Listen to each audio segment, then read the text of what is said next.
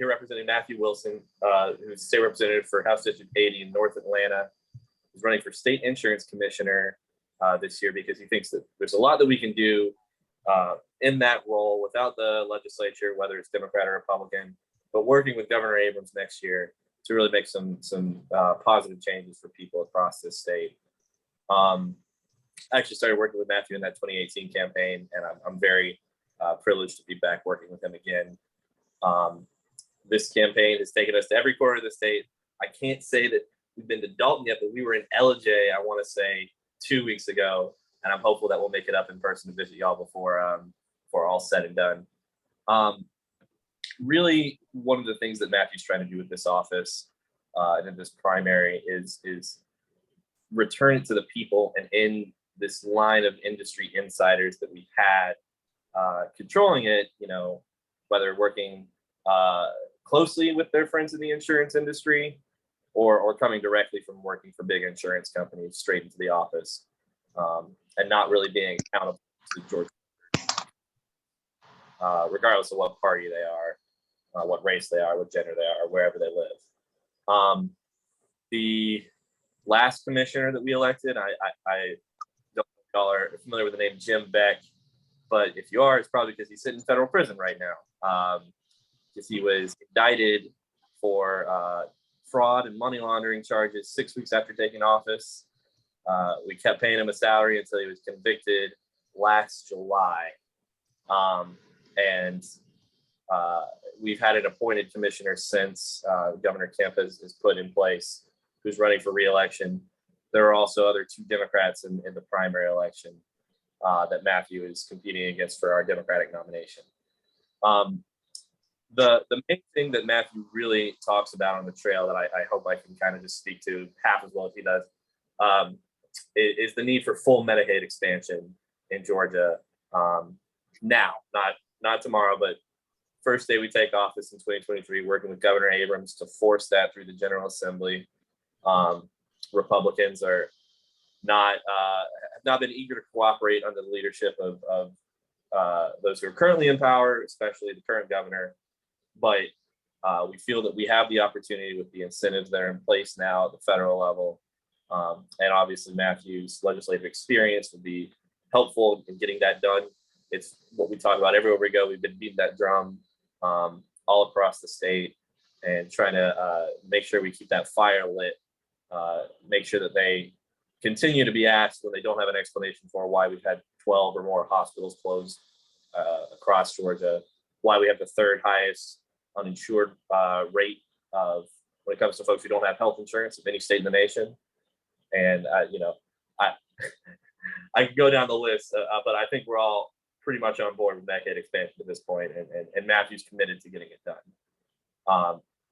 The other thing we talk about is our highest in the nation premium increases that we've had when it comes to home and auto insurance policies, because we haven't had a commissioner who's been an active, aggressive regulator, which is what the office is supposed to do. The office has incredibly broad regulatory and investigatory audit authority over insurance companies, which is one of, if not the biggest, industries that kind of overlays on everyday folks when you talk about what your monthly bills are and how much you got to account for that when you're doing balancing your checkbook at the end of the month. The commissioner does have the ability to confront companies when they try and raise premiums, to ask them to open up their book, force them to open up their books and explain why, you're charging Dan one thing, but Debbie another, when they have the same driving record, when there's no inherent, obvious greater risk at their property if it's a home insurance policy. And we find that too frequently, the reason why those policies are so differential and those rates are so high is because they're allowed to use, X number of factors that have nothing to do with how dangerous you drive or live, whether you live in an apartment complex or not, or what your credit history is, or where your zip code is, which are proxies largely for race and whether or not you live in a metro or a rural environment. and they do take it out on the minorities of that. And in Georgia, that's Black and brown folk, that's people who live in rural areas. If you have the opportunity to get more than one policy on your home, which frequently, they just stay out of markets unless, if you're talking about like Metro Atlanta, there's just so much money to be made there. They don't even think about leaving it alone. They all go in on it. But we can have a commissioner that can say no to those premium increases and can say no to letting people sell policies in one part of the state, but not in another. And Matt committed to enforcing that without the help of the General Assembly. The authority already exists within that office. And that's what he's going to do. The other thing we've been talking about, especially the past 24 hours with a lot of folks on calls like this, is we do have the power in the office to get closer to forcing health insurers to cover necessary reproductive care without having a tassel with the General Assembly. If we have someone who's committed to reproductive freedom and justice in the Office of Insurance Commissioner in 2023. Matthew's been endorsed by Vote Pro-Choice and the Georgia National Organization for Women. He's committed to reproductive freedom and reproductive justice. And hopefully in 2023, he'll be working with Governor Abrams again to make sure that we are not going backwards in this state, no matter what happens at the Supreme Court or with the rest of the General Assembly. I kind of went straight into policy there because that's the part that I'm a bit more familiar with. But Matthew's background, I couldn't be working for a greater guy. I think he's from Griffin, Georgia, which is between Macon and Atlanta, about halfway. And when he was in kindergarten, his dad, who was a car mechanic, was disabled on the job, permanently disabled, never able to go back to work. And one of the things he likes to talk about is how his family wouldn't have made it if it weren't for Social Security, Medicare disability insurance, and the Georgia Workers' Compensation Fund. So he knows how important insurance is when families are at their most vulnerable. And he's taken that experience and he now works as a trial lawyer, helping people who need insurance companies to pay out on their promises when tragedy happens to them. And that's what he does every day in his law practice. He's been a fighter in the General Assembly on a number of progressive issues like ending LGBTQ conversion therapy, creating equity in DeKalb County when it comes to, it's a very historically fraught and divided county, but he's helped lead several reforms and on the state court level and on the ethics board to ensure equity between all folks who live in DeKalb, and is fighting to end a lot of the Confederate glorification on Stone Mountain. And he's been a leader in pushing for gerrymandering reform so that we actually get fair representation at the state level. He's stepped under insurance commissioner, and I know he'd really appreciate y'all's support. If you have any questions that you could pose to me, I'd be happy to give my best shot at answering them.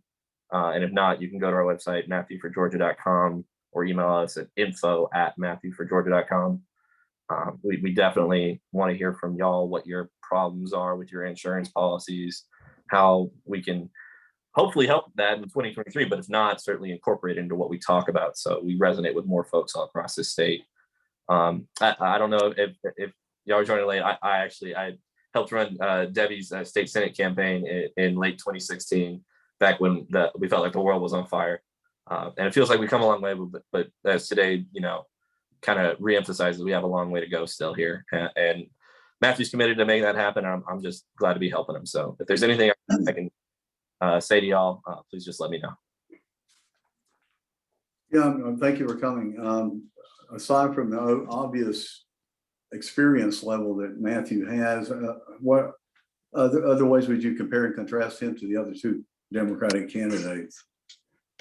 Sure. Well, obviously, you can compare him to the obvious Republican candidate. How can we even trust him? It's amazing. I was reading about Beck's case just a minute ago, and 37 counts of fraud plus tax evasion. But anyway, go ahead and speak. I'm sorry.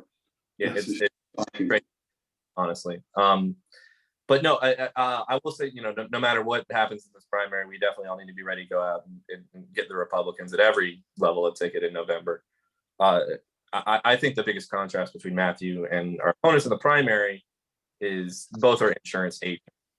And talk about, being licensed, award-winning insurance agents and industry insiders, and that they have the expertise from that angle to work for for Georgians. But Matthew just, I think he just fundamentally disagrees about the qualification concept there, that this should be a position who is our person at the table against the big insurance companies, is very, very well versed in holding them accountable when they try to, pardon my French, screw us over.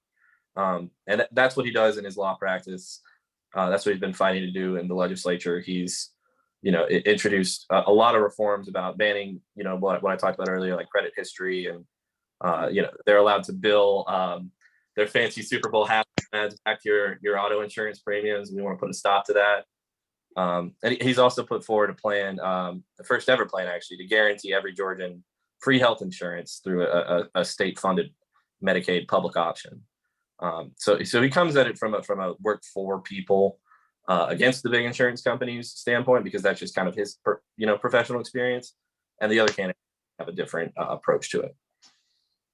The Insurance Commission, does it have any ethics laws to prevent donations from insurance companies or insurance lobbies to commissioner campaigns? Yes. So the insurance commissioner, because it is a regulatory entity, the only other office, though I'm not 1000% positive, that the same rule applies to, is Public Service Commission. Can't actually accept contributions to the campaign from licensed regulated entities. So that means insurance companies, but brokers and agents, because they're individuals, can still give money the same way that like employees of Georgia Power can still give to a PSC candidate. Matthew doesn't take any money from insurance agents or brokers, not that I'm aware of, and it's kind of my job, so I would hope. I certainly can't say the same about the Democratic primary. Thank you. Anyone else have any questions for Elliot? Well, I kind of do.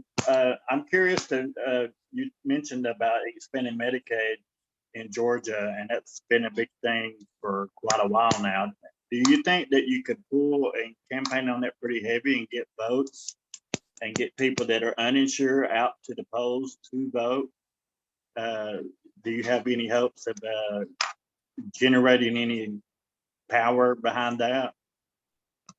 Well, we're certainly talking to everybody that we possibly can reach. At any campaign, especially if we're talking about, we don't have the resources that a Warnock or Abrams does, at least in this primary.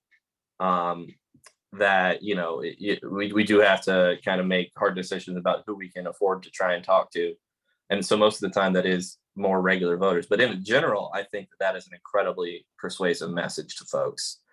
We saw that in the federal runoff last cycle with the everybody who was hurting definitely came out to vote partially on the promise of direct financial aid that Warnock and Ossoff were able to deliver on. And I think that it's certainly you hear on the Capitol Republicans like criticize that, like buying votes, and they say the same thing about like Medicaid. They say, oh, you're buying votes with health insurance. Well, A, we don't think anybody should be paying for health insurance in the first place, at least not the way that they do. And B, they talk about that as like buying votes, as if the tax cuts and tax rebate, the American Rescue Plan is like letting them afford is something completely different. I do think it could be a very persuasive message if not a better way as a data-driven campaign to target folks who don't have health insurance and would qualify if we expanded it. But the other thing we got to remember is those are a lot of folks who their day-to-day lives are pretty hard in the first place. Getting into the polls is certainly a challenge. One that I would love to be able to take on if we had the resources to. Yeah, I personally think it's a pretty hot topic. I mean, for voters, poor voters that don't have any options for anything for medical insurance, and if you could go vote, get them to come vote, that's what drug me into going to these meetings and getting involved, because I worked for a place I didn't have insurance for a long time until Affordable Care come along. And now I got even a better hookup But there's so many more people that in this state that don't have anything, and they vote against their own best interest. We're paying taxes for people in Kentucky and Indiana and all that stuff. Well, we could be getting it, but they're not getting the message. That it's not being preached enough, I guess. I don't know, but they're not deviling into it and voting for their own best interest. They're voting, in fact, against it with all the other stuff, or whatever that may be. But it just sounds like a good message to get out there to drive people to the polls, or to get people to go to the polls to vote for people that will work for them to better their lives. I mean, who don't need insurance? Because it's a way of life. No matter who you are in this world, you need it on some level, either you or your family or something, or somebody you know. Yeah, no, you're right. And you're proof it works. So it's certainly something that I think as a party we could do a bit more of, for sure. You talked about women's reproductive rights earlier, in light of the draft opinion written by Samuel Alito that was leaked last night. Watching Morning Joe this morning, I mean, this is something that can bring out massive votes for Democratic candidates, particularly with respect, you mentioned insurance coverage for reproductive care and that sort of thing. So I was talking to Jerry earlier about there's some strategy, I think, there that they can be played into so many different campaigns and positions being run for. So I guess I'm sure you're thinking about that now. That's as everybody is. Yeah, I mean, I think the implication of it, if that is what comes to pass, are going to be far-reaching for politics generally, because it's. I mean, I'm 27, but it's certainly, as far as I can tell, the greatest rollback of constitutionally protected rights that have existed for a generation, perhaps in the history of the country. And I think right now, a lot of folks, at least that we've been talking to, the impact, if that happens, it is going to be significant. Georgia has one of the most draconian anti-abortion laws on the books right now that passed in 2019. That when Matthew was there and fought it, and we weren't able to. I think we lost by 2 votes in the House out of 180.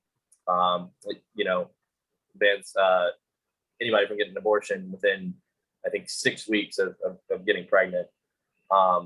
The technical aspects might escape my memory at this point. But there's going to be a lot of hell to pay for a lot of people, and I hope that some of them are the Republican leaders and conservative jurists who have pushed this for decades. But I guess that's speaking for myself. But the reality is, I think this is going to be very bad for a lot of people across the state, and hopefully that's what changes the tide. If we have to have that level of suffering, people can, we can organize and really get some change through. I know that Matthew's committed using every tool in the office available to do that. Yeah, Georgia's one of 20 states that have trigger laws on the books, right? The things that were passed, but I don't actually have a trigger law. I might be wrong, but I thought in 2019 that was one of the 2 options. They might have passed both, but I thought they just went with the they called it heartbeat, but really it's forced birth. Okay, good. All right. Well, thank you very much. You want to have any questions? Yeah, I do. Not so much a question, but more in like to add on to what Jerry was asking and kind of what Dan was asking about these issues. Like, can the campaign talk more about lowering healthcare prices or expanding Medicare, or like mentioning to more people this issue of requiring insurance to cover reproductive care? There is kind of a limit, and you were saying this, that like the Abrams campaign has incredible funds and can reach a lot of people. And like I worked on the runoff campaign for the Democratic Party of Georgia, and we were paid for by the Senatorial Campaign Committee.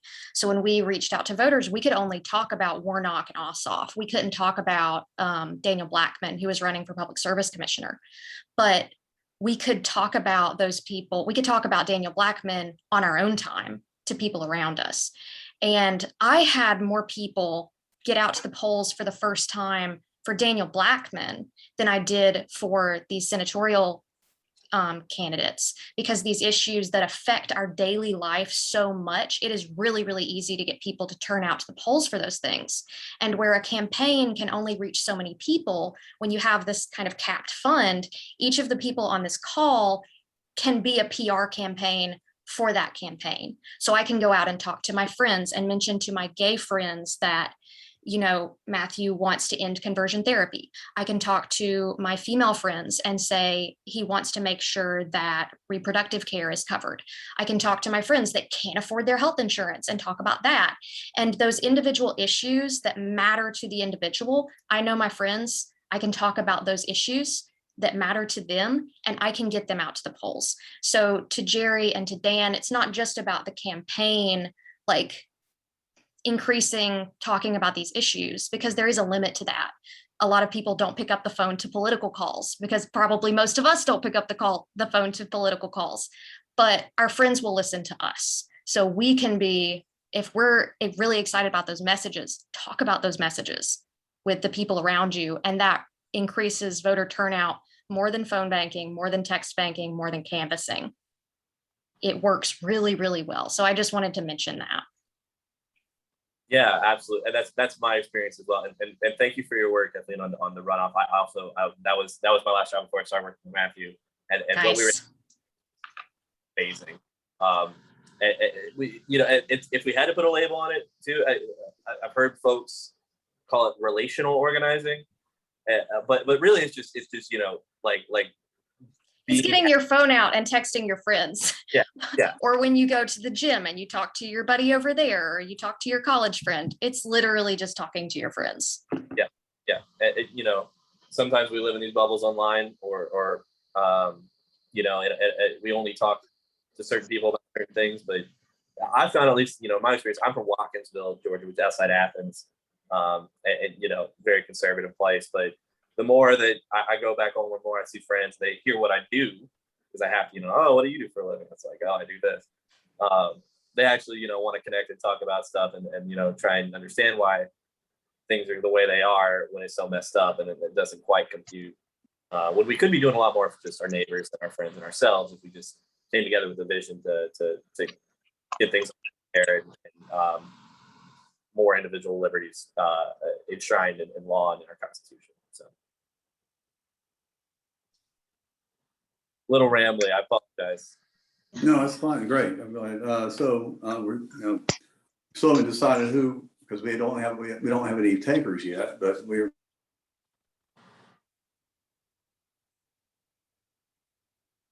Do we lose him? Me? Sorry? I think so. I think we Dan lost is him. frozen. This is why I don't do video anymore. This computer crashes every time I do it. So, oh, there he is. Yeah, I think he's back. We didn't hear any of that because you froze, Dan. Oh, okay. I was going to ask you. I said we've got an annual fundraiser called the Kennedy Carter Dinner. And by the way, we were I think may have been the very first county party in the nation to call it the Kennedy Carter Dinner, and that was 2014. It was a big deal. But anyway, so enough about us. But if Matthew were to win the primary, would he might be interested in coming speaking at the Kennedy Carter Dinner? It's going to be in August. I don't know what date it is, but 20th. the 20th, August 20th. Okay. I'll put that just so we have it, because I tell you what, I would love to stop at that Buc-ee's again. It has been a minute. Okay, great. So, okay, well, thank you so much for coming. Yes, thank you, Elliot. Yeah, it was great to meet y'all. See y'all again. Sorry. Thank you. Hopefully, visit y'all soon. Thanks. Right. Have a good evening. Thank Good you. evening. All right. On with our business part of the meeting, I suppose, right? Got Holly on here. Oh, okay, Holly Holly's on. wants to speak, and then Vinny may want to speak for Wendy. Okay, I see, okay. All right, Holly. Holly. Welcome. Hey guys, Hello. Hey. sorry. We are, well, me and the team are in Cobb County down here in Marietta, and for a march, for a small protest here because of exactly what you all were talking about with women's reproductive rights. So you guys will have to excuse my appearance. I typically don't come in a tank top or beet red or sweaty, but I've got my RBG shirt representing. You know, it's just heartbreaking. I don't know what else, I don't know how else to say it, but this is really personal to me. You know, I've had to deal with this decision, you know, and this choice, and I got pregnant when I was 18. And I decided to keep my son, and he's almost 18, you know, but it was my choice. I can't fathom not being able to make that very personal choice. And I think most women take it very, very seriously. So we just all got to come together on this, you know, and we have to make sure that we are electing pro-choice women to be able to protect this. I don't think any of us could have fathomed that they were going to roll back all of it. You know, we've seen state by state them tearing it down, you know, but this is just so much more than I would have expected. So as far as updates go with me, we have yard signs.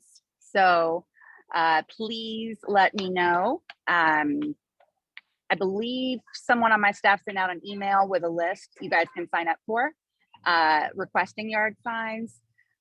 So if not, Dan or Cheryl or whoever, you guys know how to reach me so we can get that to all of you. Of course, early voting started. So any help that anybody wants to do as far as phone banking, sorry, I hate joining from my phone, guys. The notifications keep going down in front of the Zoom. You're fine. But what else? We had a great week last week with forums. We had several candidate forums. And the neat thing that I saw, Vinny and I saw each other probably 4 times last week. But the neat thing that I saw from those is the Republican, you know, everyone was there except Marge. So both sides, every single candidate was at most of them. And they're nice people, you know, for the most part. They're, you know, we might not agree on everything, but I don't think most of them are very extreme. There are a couple that said some things that most of us wouldn't agree with, but that just shows, it gives me a lot of hope for this area. You know, we feel like a lot of times that we're just alone up here with not so many like-minded folks, or that it's overwhelming. I mean, I grew up here. I know how it feels, but to see that the majority of folks are just normal, moderate, you know, good values, and for the most part agree with things. So it's not so far-fetched. So that gives me a lot of hope for what we can do here if we choose the strongest candidate here in May, that can appeal to everyone and still stand up for. This is a perfect example of why we need someone who is very strong and will stand up and do the right thing for the people of Georgia 14. You know, we can have shared values and all of that for most things, but it depends. It comes down to our job is to serve the people, and in this way, we need somebody who we know will vote to protect it. And you know, I'm so glad to hear the first speaker about Medicaid expansion. These are things that it really takes, you know, Jerry, Kathleen, I don't know if we don't talk about it enough. I feel like I talk about it till I'm blue in the face. But to have experience living without insurance that so many people in Georgia are dealing with because of Medicaid not being expanded. I'm one of them. You know, for a very short time during some of the COVID relief, I was actually able to get approved for a subsidy, which I've never been able to get a subsidy because I'm in that giant gap of regular working people who make too much money. And so my premiums would be $1,000 a month. So I go without insurance. And this is how it's been for years, and it's not okay. And so that's what, having lived these scenarios, is how we can get strong representation with someone who has the understanding and empathy to know this is what it means. It's not a disconnect in Washington of people making these laws or forcing things on us that don't feel the impact. So this is what we're fighting for. Today's a perfect example of it. You know, my family felt it when the child tax credit went away because, you know, we couldn't get the second bill, the infrastructure passed. This is what we're fighting for. So everybody needs to show up, early vote. Definitely, early voting's already started yesterday. So I'm really looking forward to it. We're almost there. If you guys can help with phone banking or calling your friends, family, all of that jazz, make sure they've got a plan. I'm not going to keep going on. I had to find a tree to sit under and it's next to the playground. So I don't want to hear you guys or make you hear this, but I hope to earn your vote May 24th or before. If you guys have any questions, feel free to reach out to us, or any opportunities that we can come and shake hands and spend some time with you. I know I didn't get to come to your social last month, so I'll be looking for that as well. And we'll be setting up some meet and greets in different parts of the district. So we will share those dates as well. Thank you, Holly. Anybody have any questions or? Yeah. So one anything thing too is that, Medicare, for example, Medicare, I am kind of caught in the middle right now. I'm 65. I got on part A, part B. There's a gap there. I make too much, so I get all this IRMA additional costs on that. When I find out, okay, for example, we're talking about medication costs. My drug is $48,000 a year, and that I have to pay per Part D and those drugs, $8,500 a year. But essentially, I am more poverty stricken with what I make now than before Medicare. Yeah, exactly. Yeah. So I mean, and I'm paying $1,036 for a line of healthcare because I'm trying to insure the drugs. So I've got to go back and forth, and because when that happens, a copay card is going to end, and they're going to hammer me with more money. So I'm just, it's outrageous to me that we pay into Medicare all these years, and we have very little care. You have to be basically destitute to get exactly covered. Exactly.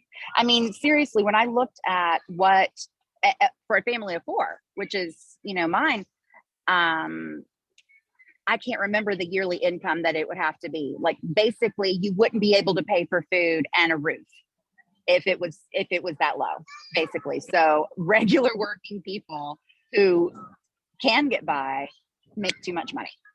And so you're forced to choose, can I afford this prescription, which that is astronomical, or do I go without? You know, I joked, but it's really a pitiful joke that, you know, I'm really good at herbal remedies, you know?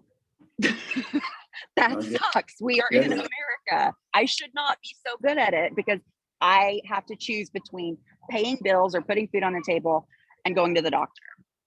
And exactly what he said, we are paying for other states to be able to get coverage. And we're struggling here in Georgia, which is just ridiculous. And it's always the people that are either the working class or people in poverty that are the most impacted by these decisions and by these laws. The opinion from today or from last night, that's not going to affect the wealthy. The wealthy will be able to go to safe harbor states and do what they need to do. It's going to affect people that can't afford to travel.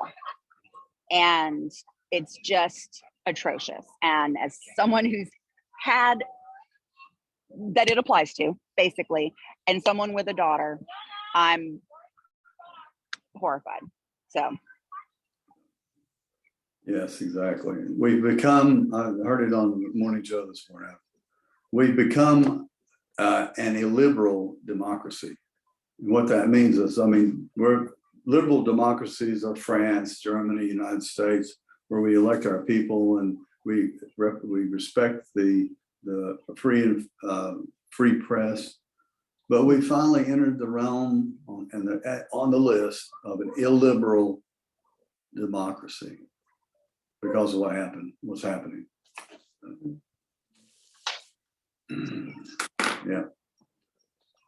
Yeah, my daughter is very horrified.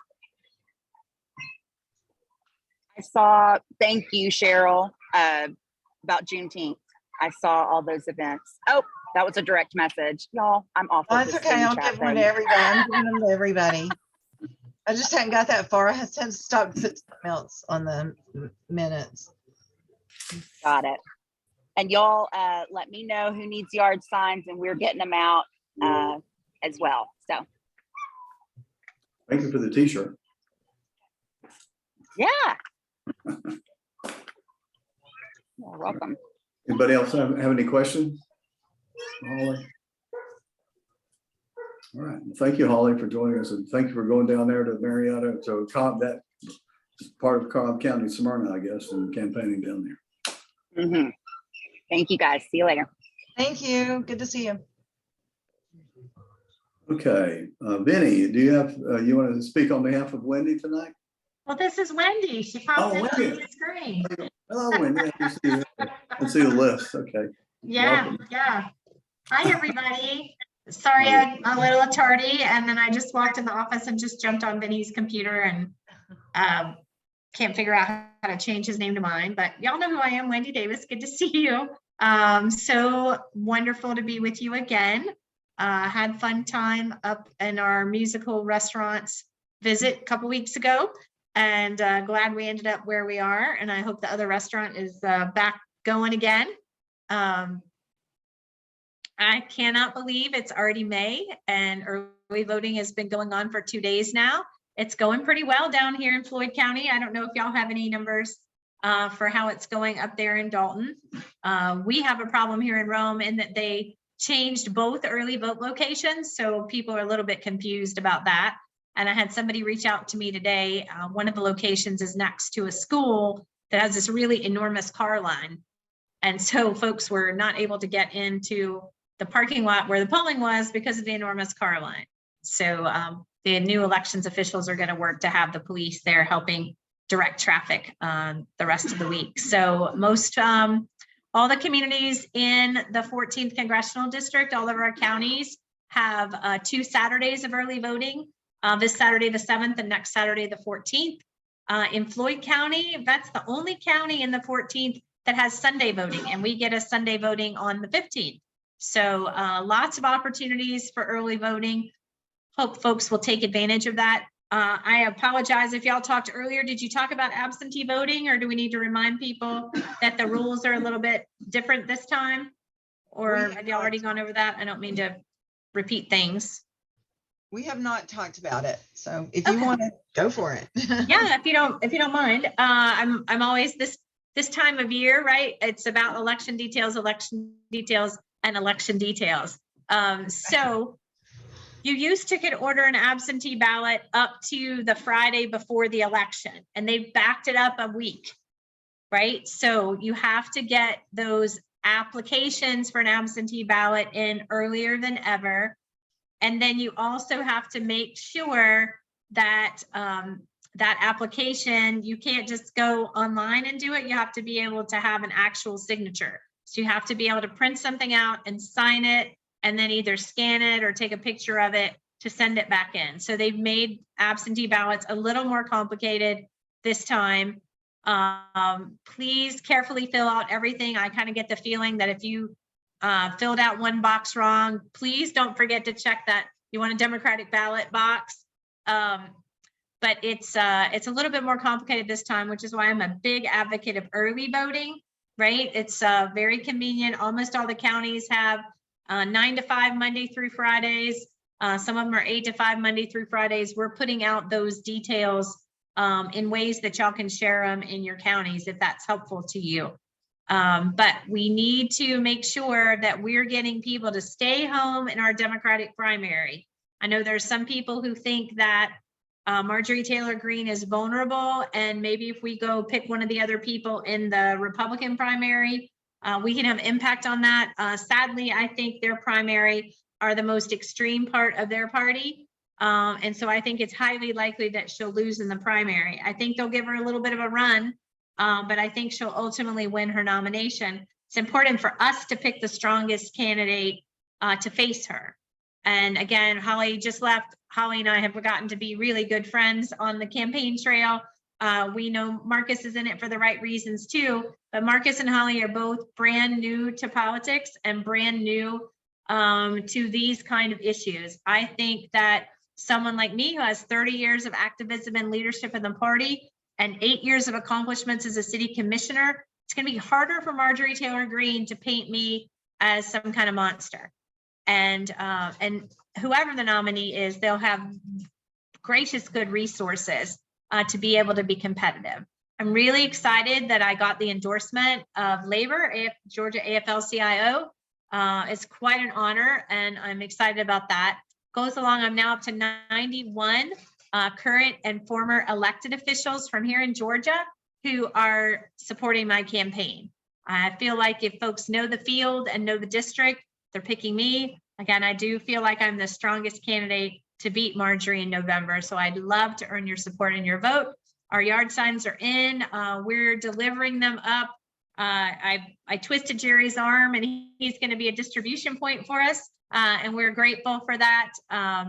If y'all have any questions, I'm happy to take them. I feel like I know y'all pretty well from the years we've been working together, but I'm happy to take any questions if you have them.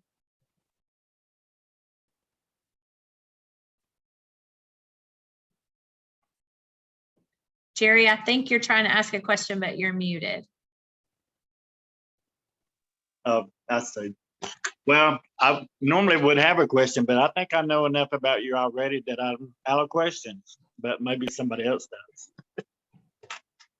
It's been so much fun. I've done 9 telephone town hall events, right? And so that's a fun way when I've been taking questions too. I've been having 4,000 or 5,000 people on those telephone town hall events, and I'm probably going to have one more before the election. It's important for us to get folks. Go ahead. I tuned into that one last week, and that was actually quite good. It was very informative. Thank so you. Yeah, you should maybe do more of those too. Quite informative. I appreciate that. We're knocking doors. We need volunteers to help us knock doors and make phone calls as well as put signs out. It's really important that neighbor talking to neighbor is going to have a really big impact. Exactly. I asked the insurance commissioner, campaign manager Elliott, about, turning this disaster of a potential ruling of the Supreme Court into turning out votes for Democrats. we have to obviously turn out and vote like we've never voted before, really. And we've said that in how many elections we say that, almost every one of them, but this is truly one of those elections. Well, this is last night, today. I mean, some people, I caught the release, the news, breaking news last night. And frankly, I was up most of the night. I couldn't sleep. It is so disturbing. It is so troubling. You know, we've been warned. People told us this was going to happen. And I think we just didn't think that we would go backwards like that. And I am telling you, I know you people, you're not going to go backwards. The women of Northwest Georgia, they're not going to go backwards. These young people, there is no way they are giving up these freedoms and opportunities. So I think that if they thought they saw a backlash to Trump beating Clinton, they have no idea about backlash until they see what's going to happen here. And we have got to be strong and stand strong. Outlawing abortion is not going to stop people from having abortions. It's going to mean that people of means will be able to fly somewhere and have an abortion, or drive somewhere and have an abortion, or get somebody to sort of do it off the books or whatever. But women of limited economic means are the ones who will be risking their lives from either home remedies or one of these horrible people who's giving them a back alley abortion. And y'all, I won't belabor this, but again, it's something that I couldn't stop thinking about last night. My mom, and I think some of you met her, right? Like, she was born in 1926. She was a old-fashioned conservative woman who was born in the country. She was a registered nurse. And one day we're sitting there watching a news show, and they had a protest about Roe. I think it was the 10th anniversary back in the early 80s. And my mom said, oh my word, they better not make abortion illegal again. I've been there. That's horrible. That would be the worst thing they could do. And I just kind of looked at my mother. She wasn't somebody who I saw that coming out of her mouth. And she, when she was a young nurse, had witnessed a woman dying in the emergency room, and they couldn't save her, who had had a back alley abortion. And, you know, she was just very, very clear. This is death for people, because it's not like people aren't going to get pregnant who don't intend to. And there's so many more things we do. We already have a horrible maternal mortality rate. We don't need to do anything to raise it up, right?